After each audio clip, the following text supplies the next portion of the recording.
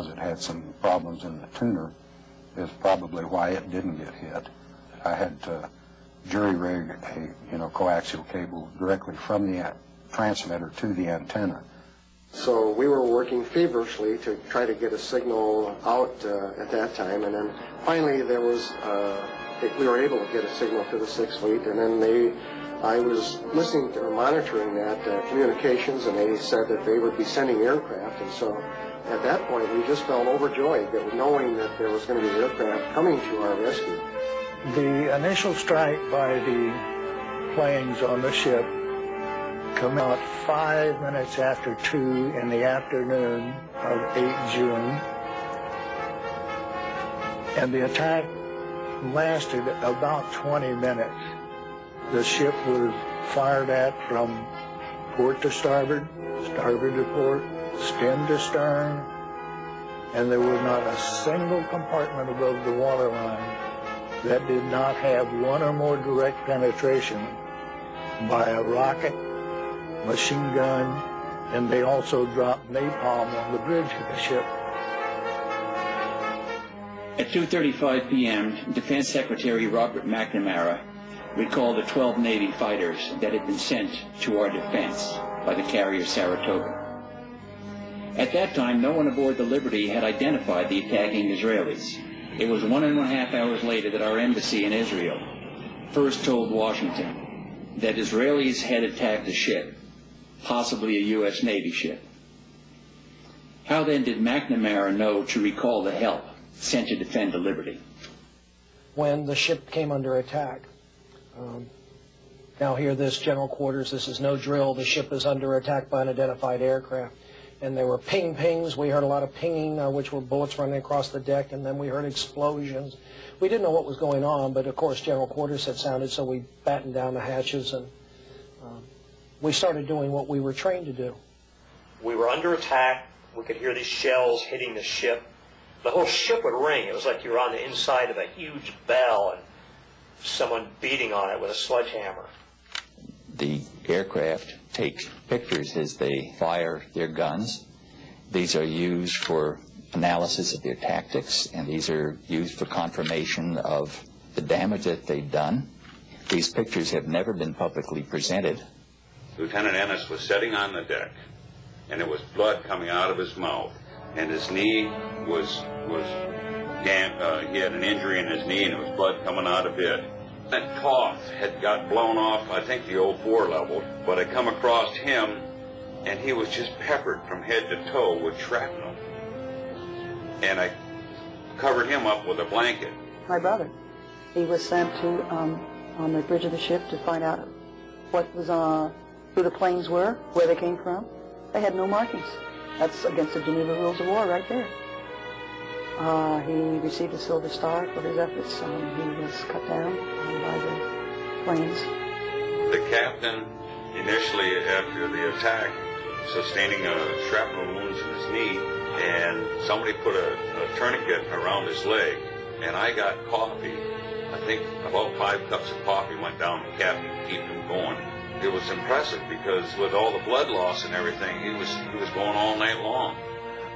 A short time after the air attack had been completed, the 3 torpedo boats approached us from our starboard quarter at high speed and in an apparent torpedo launch attitude. The 3 Israeli torpedo boats fired 6 torpedoes at the Liberty. Because of Captain McGonagall's handling of the ship, 5 missed. Intelligence base was destroyed. 25 American sailors died almost instantly.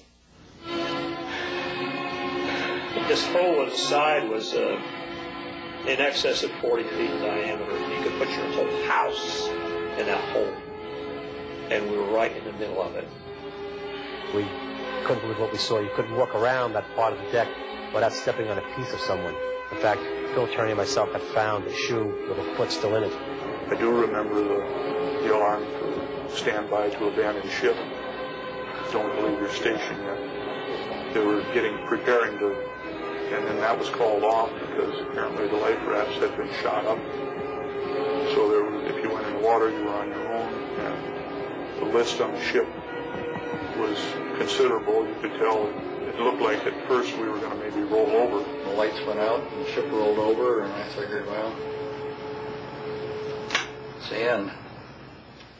The torpedo had hit the side of the ship.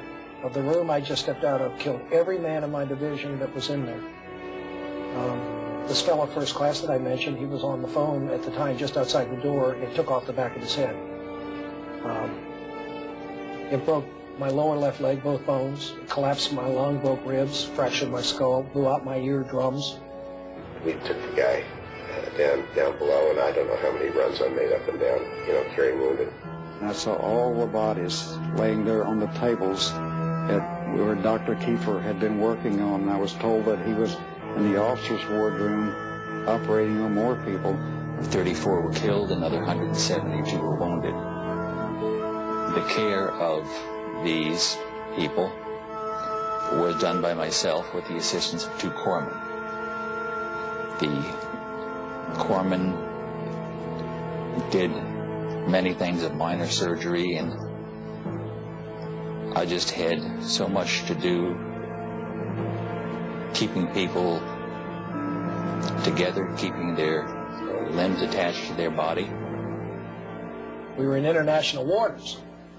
It was a beautiful day. You couldn't mistake us, and our flag was flying, for crying out loud. They were there to kill us, and it just didn't register. Here they were, Israeli people, and they were going to try to kill us. It was just a very, very appalling situation.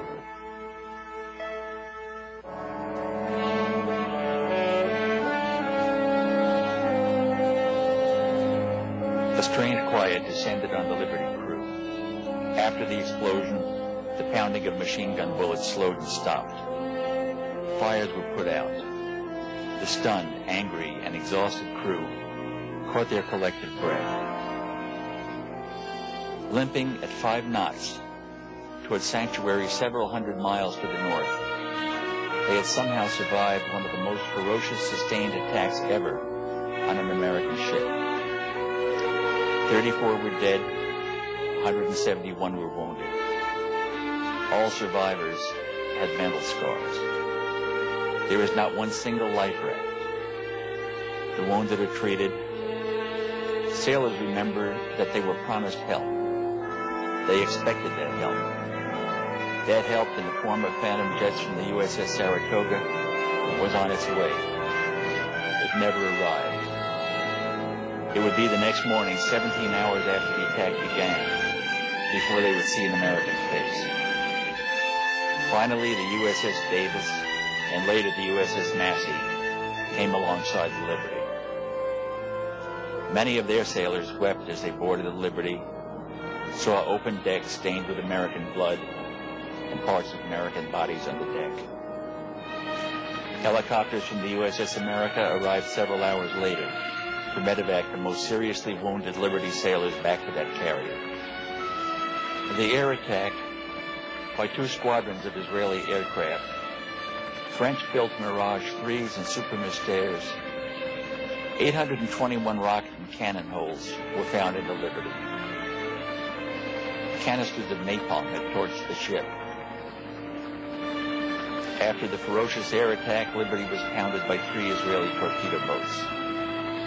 One of their 6 torpedoes struck the Liberty, left the gaping hole at the water line. There were thousands of holes from armor-piercing machine gun bullets. They sank life rafts, shot at firefighters and stretcher bearers, at the bridge and into the engine room. Dr. Kiefer and his pharmacist mates performed in heroic fashion, as did all of the crew.